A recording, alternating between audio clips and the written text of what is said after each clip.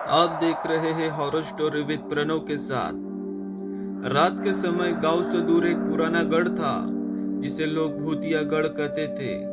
कहते हैं कि गढ़ में जाने वाले लोग कभी लौट कर नहीं आते। गांव के बुजुर्गों की माने तो गढ़ में रात के समय अजीब और गरीब आवाजें सुनाई देती थी। किसी के चीखने की, हंसने की और भारी कदमों की आहटें सुनाई देती थी। विजय एक साहसी युवा गांव में नया आया था। उसने भूतियागढ़ के किस्से सुने और मन में ठान लिया कि वह उस रहस्यमय गढ़ के पीछे के सच का पता लगाएगा। गांव के लोग उसे रोकते रहे, लेकिन विजय नहीं माना। एक ठंडी और अंधेरी रात में वो अकेला टॉर्च लेकर गढ़ की ओर चल पड़ा। गढ़ के मुख्य दरवाजे पर पहुंचते ही हवा का एक ठंडा झोंका उसके चेहरे से टकराया। ऐसा लगा जैसे कोई अदृश्य शक्ति उसे रोकने की कोशिश कर रही हो। उसने बिना डरे दरवाजा खोला। गढ़ के अंदर की दीवारों पर जालों की मोटी परत थी और हर ओर सन्नाटा पसरा हुआ था।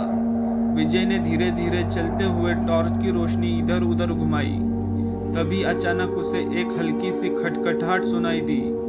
उसने आवाज की दिशा में देखा तो एक पुरानी सीढ़ी के नीचे एक दरवाजा दिखाई दिया। विजय ने हिम्मत करके दरवाजा खोला। अंदर घना अंधेरा था। उसने टॉर्च जलाकर देखा तो वहां एक पुरानी तिजोरी रखी थी। तिजोरी पर धूल की मोटी परत थी। अचानक तिजोरी अपने आप खुल गई और उसके अंदर से एक चमकदार किताब निकली। जैसे ही विजय ने किताब को छूने की कोशिश की, गढ़ में एक तेज हवाएं चलने लगी।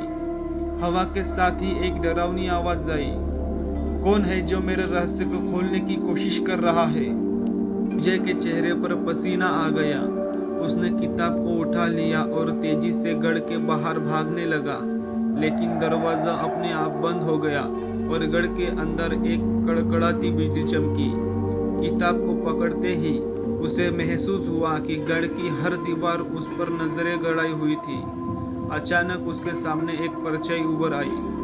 परछाई ने धीरे धीरे आकार लेना शुरू किया और एक बूढ़ी औरत की भयानक आकृति में बदल गई। विजय ने कांपते हुए पूछा, तुम कौन हो?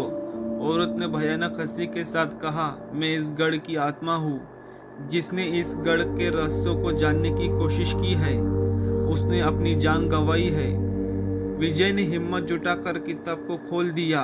किताब में उसी बूढ़ी औरत की कहानी थी। वह कभी इस गढ़ की रानी थी, जिसे विश्वासघात करके जिंदा दीवार में चुनवा दिया गया था।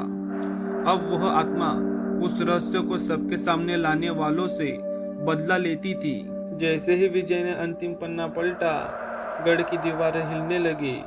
अचानक सब कुछ शांत हो गया। किताब का आखिरी पन्ना जलने लगा और देखते ही देखते गढ़ भी धूल में बदल गया। विजय ने पीछे मुड़कर देखा तो सिर्फ वीरान जमीन थी। गढ़ का कोई निशान नहीं था। बस उसकी हथेली में जली हुई किताब के निशान रह गए थे। विजय गांव लौटा, लेकिन वह घटना उसे पूरी जिंदगी याद रही। गढ़ के रहस्य को उसने कभी किसी को नहीं बताया। गांव वालों के लिए गढ़ का अस्तित्व अब सिर्फ एक कहानी बनकर रह गया था। लेकिन विजय जानता था कि उस रात उसने असली डर का सामना किया था।